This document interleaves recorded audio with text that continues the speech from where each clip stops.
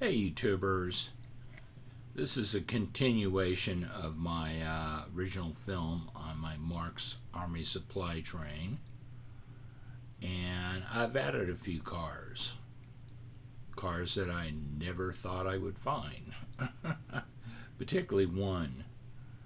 And so for the real collectors, this will be a nice surprise. And of course, this is my Army Supply 500 Canadian Pacific style 242 engine, single reduction motor with extra weight added to the front for traction. These cars are pretty heavy. There's my Army Supply tender. And this is something I did not have in my last film. This was the missing ordnance car.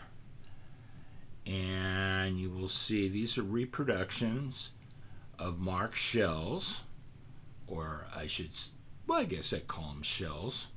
They shoot them out of the cannon here, and they actually work. I actually shot one across the room. These bags in the front are called trench bags, which would have been sandbags. I got them at Michael's, and they say flour on the other side, so I reverse them. And in California, a lot of the elementary schools have projects where they build missions, and this came with one of the sets that for building old California missions. We have missions that go back to the 1700s, and so of course there was a flour mill, and they had the little flour bags.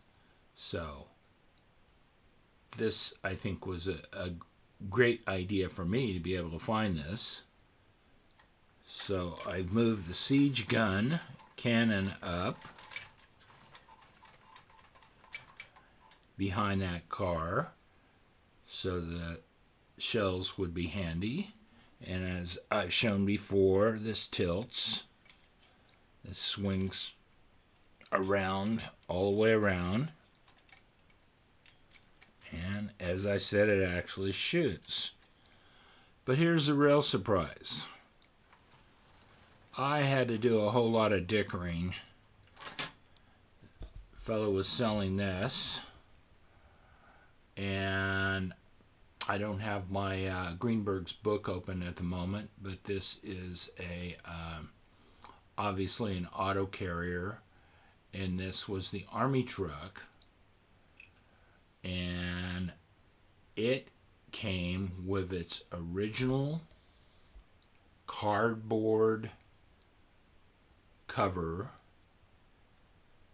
silver paint, U.S. Army. I've had people ask me if I could flatten it out and copy it on a copying machine. If I flatten it out, it's just going to break. It's extremely stiff, and it's already got, I don't know if you can see it in the film, it's already got some little lines in here where they painted the cardboard, and people have moved it in the past, so it's the paint's wearing thin. But man, I feel really lucky to get this. I had to do a lot of dickering with a guy. He originally wanted a lot of money for it, and I simply got the Greenberg's book out, which shows values, and what he was asking for was, I believe, unreasonable, and I got him down to what I believe was a reasonable price. And fantastic to get this. But I have a friend who's a graphic artist, and I'm going to see if there's any way of reproducing this canopy and without flattening it. And I think it would break if it was flattened. You can see how it looks here. We'll show it from the back.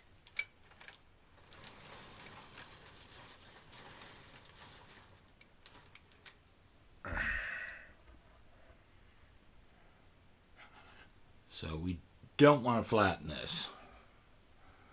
But my friend Rocky is extremely talented, and I think he could reproduce this. And I don't want to reproduce them and sell them. I want to reproduce them and give them to my friends who also have these trucks and would like to put a nice canopy on it. Once again, here's your field gun. Tilts up, swings all the way around. Has your guard on the front to protect the pretend men. What I forgot to mention before is you'll notice little holes in the top where they can peek through and hopefully don't get shot. And this is a good view. You can see the crank on it, which makes a machine gun sound, which of course a field gun wouldn't make a machine gun sound, but this was a toy.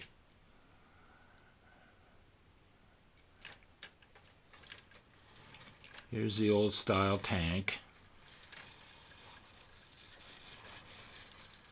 This is the anti-aircraft gun, which also tilts up.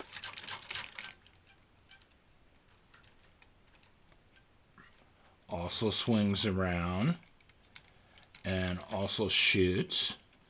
This is spring loaded. This piece up here and can be pulled back and locked, and fires a smaller shell. Now the last time I just went and derailed my tank. There we go, I fixed it. It's a long train. The last time I showed this, my spotlight car wasn't working, and so I found a good day when it was fairly warm in the garage and went out there and put a new wire in there and soldered it in. The insulation on the old wire had broken away, and the third rail power was shorting against the body of the spotlight car, and spotlight car aims up and it turns around.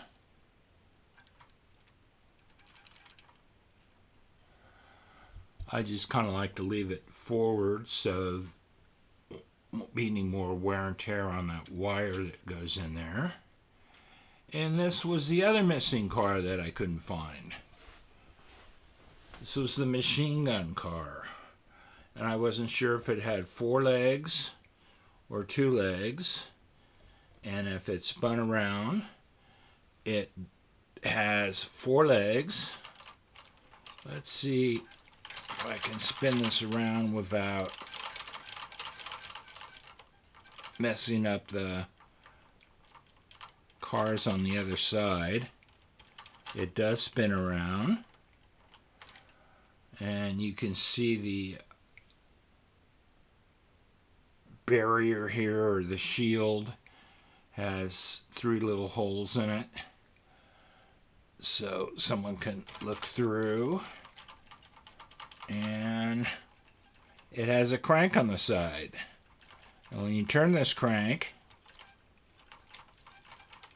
see if I can do it without derailing it, it clicks, and there's your kid cranking it really fast would make his little machine gun sounds.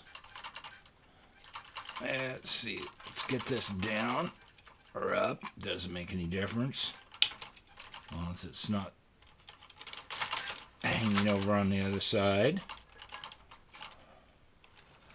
And once again, this is my radio car,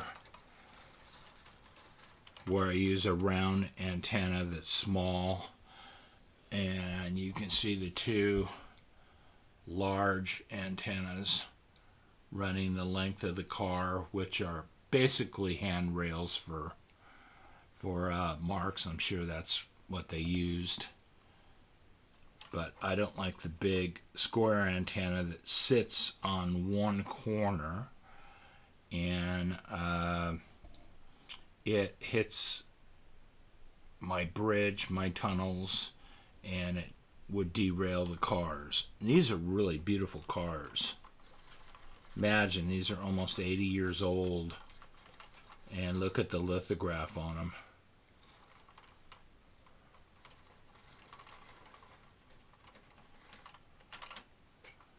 And here's our observation car. This, as I said before, is the observation car without the light in the back. Some of them had a little red light. And they call it official car. And there's lots of guys in there, and talking, smoking. Little fellow right here is smoking his pipe. I mean, they really did great litho. It's very highly detailed. You can see this guy's lighting a cigarette. So I'm going to start these trains up. Let's hope everything runs okay. My power button for my transformers.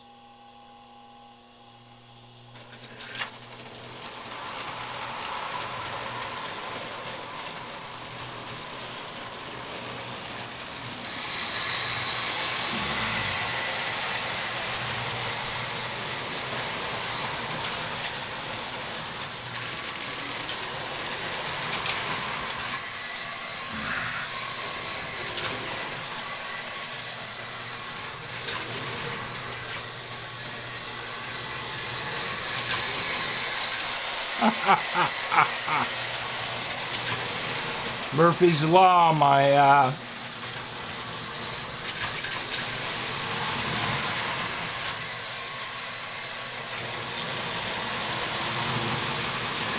1940s train keeps reversing on one corner. There she goes. Let's see if I can get the one up top, the Lionel, to work.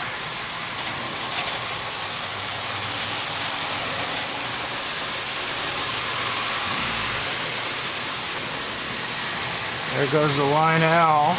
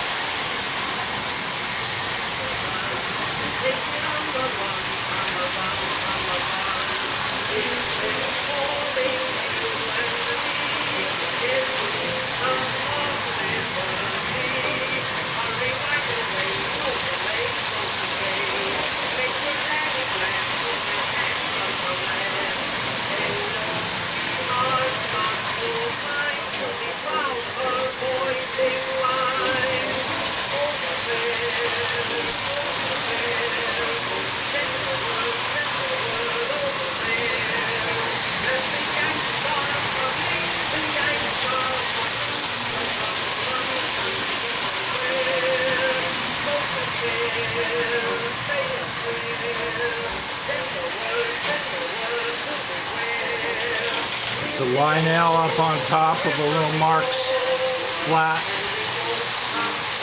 The cannon on the back.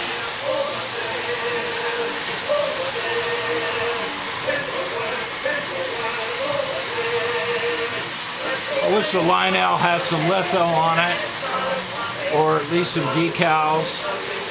They reproduced it just like the one in 1918, which had nothing on it. It came in either gray or it came in green. They did it in olive drab green, but No decals, no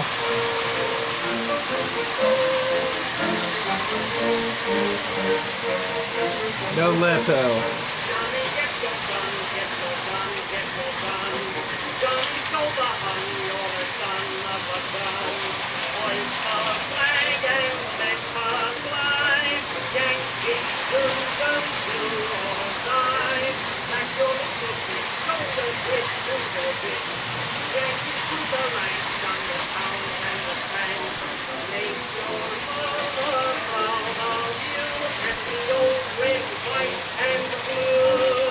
I think I may have to put a double reduction motor in this 1940 set.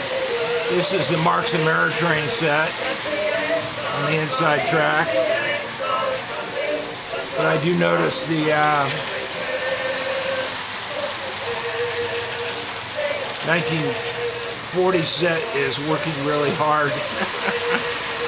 That's a lot of weight.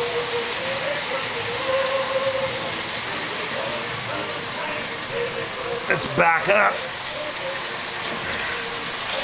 Get a view of all of them.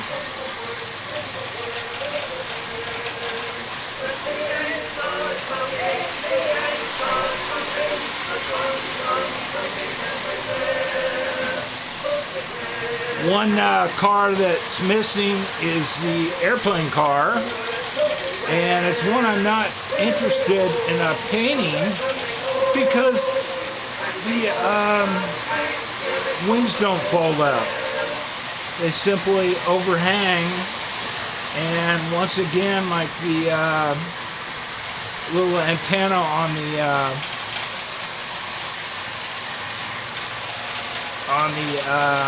radio car, I'm just gonna hang it up on stuff, cause derailments. Yes, he's a tomato. Can you speak to you? Then begin. My name is Dr. Stephen Bundy, author of the best-selling book, Dr. Bundy's Biology. Now I can turn this stupid thing off. Blow your mind. You see, over the last 30 years of research, and performing over I'm back. These are pretty cool cars. Pretty cool trains.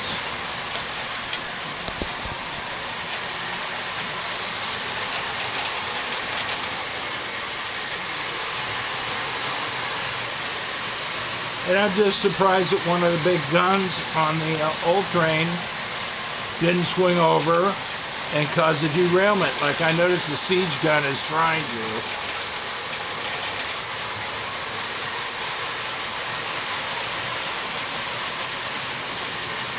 So that's it. Hope you've enjoyed this. Now I have to pack them all back up again for me.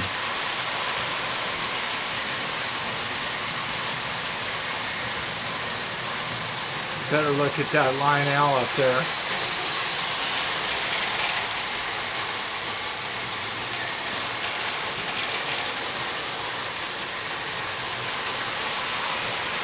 Okay, bye-bye. Thanks for watching.